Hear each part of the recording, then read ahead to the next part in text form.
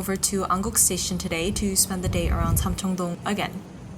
If you've been here on my channel before, it means a lot that you're here again, and I don't know where all my subscribers are coming from, but I do really appreciate every single one of you. And if you want to leave a comment about how you found my channel or what you enjoy about it, I'd love to interact with you in the comment section and get feedback so I can make things even better.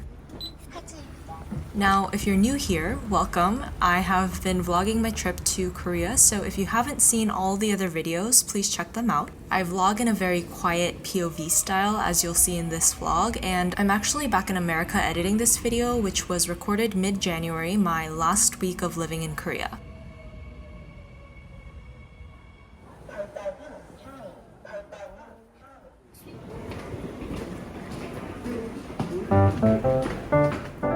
Now that it's time to leave, I am kind of going back to my favorite neighborhoods to make sure and check off any leftover bucket list items.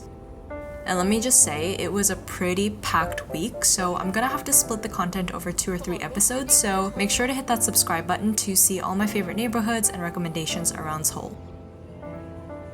I love hanging out around this Anguk/Samcheongdong/Bukchon area because it's so rich in tradition.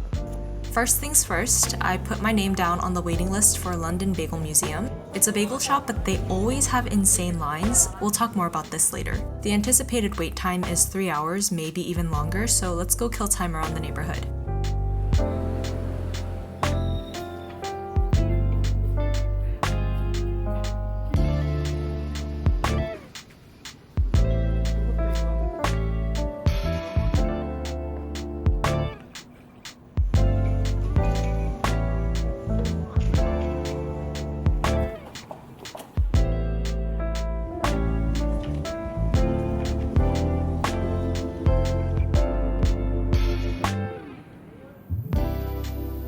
I'm feeling a bit hungry, so I stepped into this local Boonshik shop for a quick bite. I usually hang out in Apgujeong/Gangnam, so I forgot that a lot of places in this older part of town only take cash, which I never really have with me.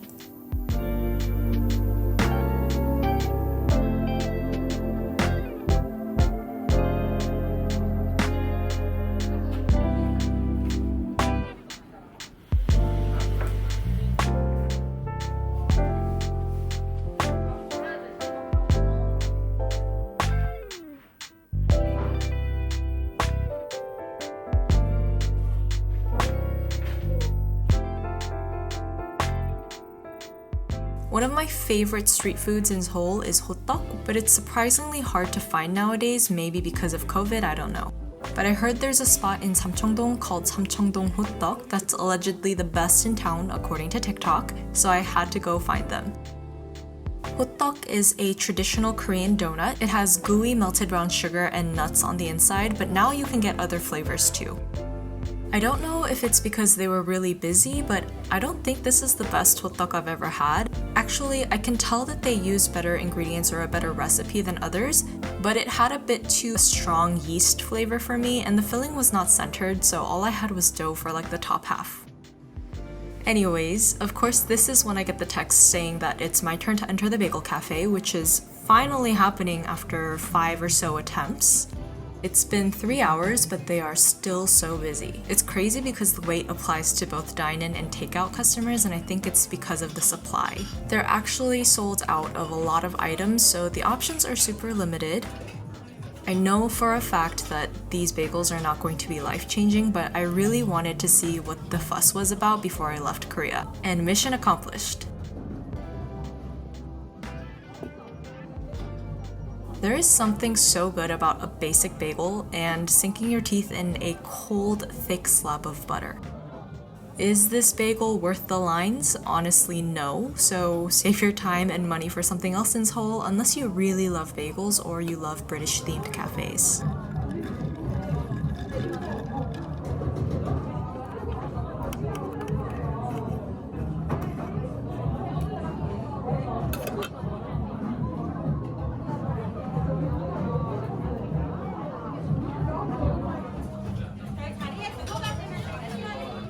Time to work off those fats and carbs. If you've seen any of my past vlogs, whether in Korea or anywhere else, you'll know that I love going to art museums.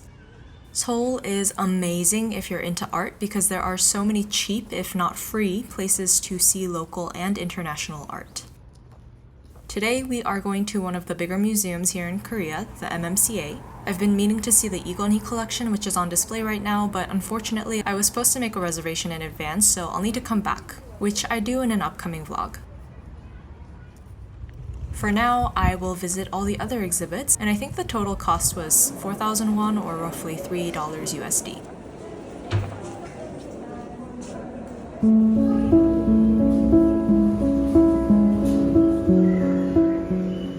버스를 출시할 거예요. 여러분도 여기 온 김에 바자버스에 탑승해보세요.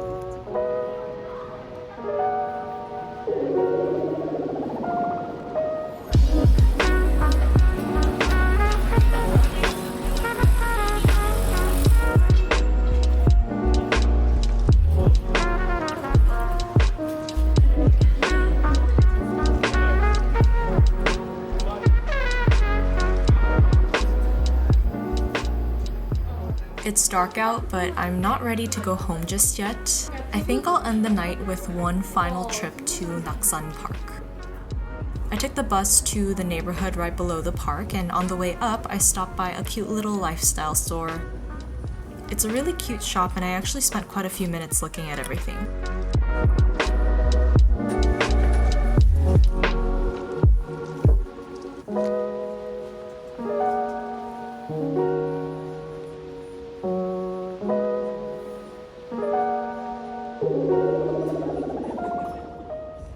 Road up to Naksan Park is not for the weak. So much uphill climbing. But the views are so worth it.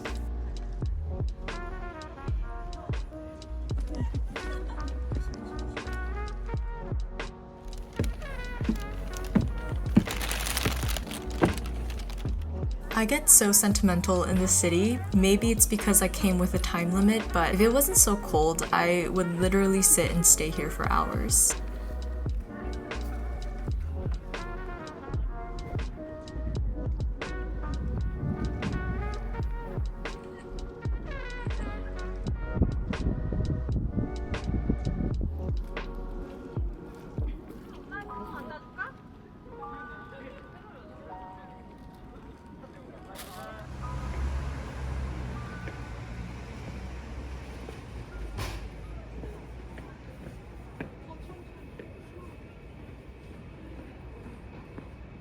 Good morning, it is move out day, not Korea, just my Airbnb. I have a lot of cleaning and packing to do before checkout, but I wanted to wake up early so that I could come and see the Han River behind the apartment one more time. Unfortunately, the pollution has been so bad all week, maybe the past couple weeks. So the view wasn't that great, but it doesn't change my love for the Han.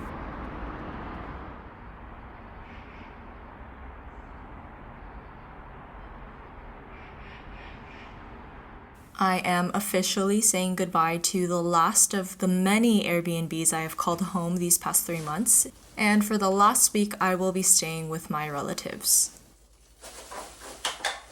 It was really, really important for me this trip to experience Seoul fully as if I was living here as an independent adult. As grateful as I am to have family nearby, I wanted to be more closer to the city center, have my own space, and get the most out of my time here. I know lodging is not cheap and not everybody's going to be able to do what I did, but I am very grateful that I had the means to support this experience, and I hope that I'll be able to do something like this again in the future.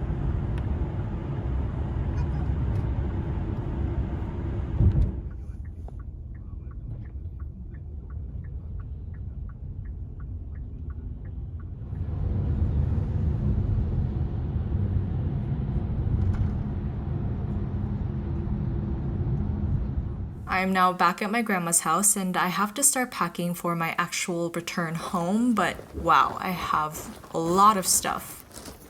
3 months worth of clothes for fall and winter which I brought with me, plus all the books, candles, and skincare I have amassed from my adventures around the city.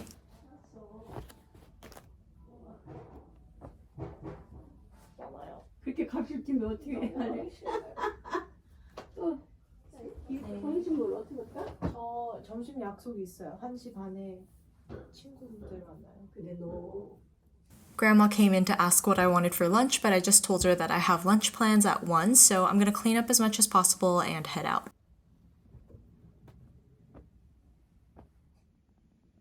I am meeting up with some childhood friends from Portland again. We are going to do a quick lunch in Gangnam before we split ways.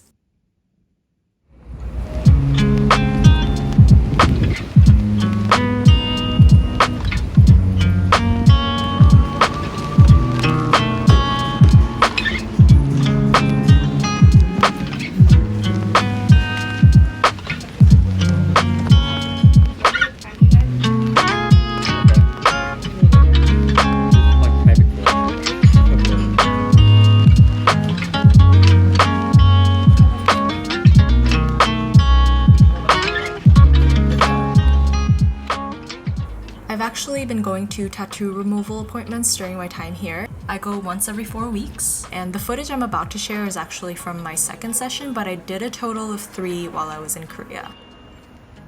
I get the procedure done at Muse Clinic, but the Gangnam location doesn't do tattoo removal, so I have to go to another site.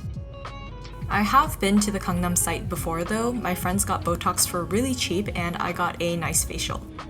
It's popular with visitors because they are foreign friendly, so if you're looking for some work done, you can check out Muse Clinic. This tattoo is from my college days, and while it's something that means a lot to me, I hate the design that I went with, so I do plan on getting it redone in a more classic style eventually, after erasing it first. They apply numbing cream to the tattoo and let it sit for about 20 minutes. Then I lay down on an operation bed while they use a laser to zap and melt the ink. It does swell and blister for about 2 weeks, which isn't fun. I have to make sure to keep it moist and protected from the sun. Unfortunately, I'll still need to do more sessions back in America, but at least I was able to save some money on the first 3 sessions by doing it here. And yes, the procedure is painful, but it only lasts about 20 seconds. I am ending the vlog at my favorite place on earth, the Han River. I feel like it's become customary that I end my whole vlogs here. Totally unintentional, but I just come here that often. Find ourselves starting from scratch, brick by brick. No path carved out for us now. The brush. Today I am at Banpo Bridge. In the summer, they do the pretty rainbow light and water show off this bridge, so it's one of the more well-known or popular bridges amongst locals and visitors. I kind of wish I ended my stay in Korea on a warmer note. It's been way too cold for the entire back half of my trip. I wish I had more time to walk around and enjoy the outside air. I mean, I guess I got to do a little bit of it in the fall. What I'm trying to say is I just really wish I didn't have to leave. If you have never been to Seoul, I'm biased as a Korean American, but Seoul is my favorite city in the world, and I hope you get a chance to go out there. And if you're planning a trip out, let me know if you have any questions about Seoul, like how to use public transportation, where to eat, places to shop, etc. And lastly, if you've made it this far in the video, please consider hitting that subscribe button so that I can share my other vlogs with you too. As always, thank you so much for watching, and I'll see you next week.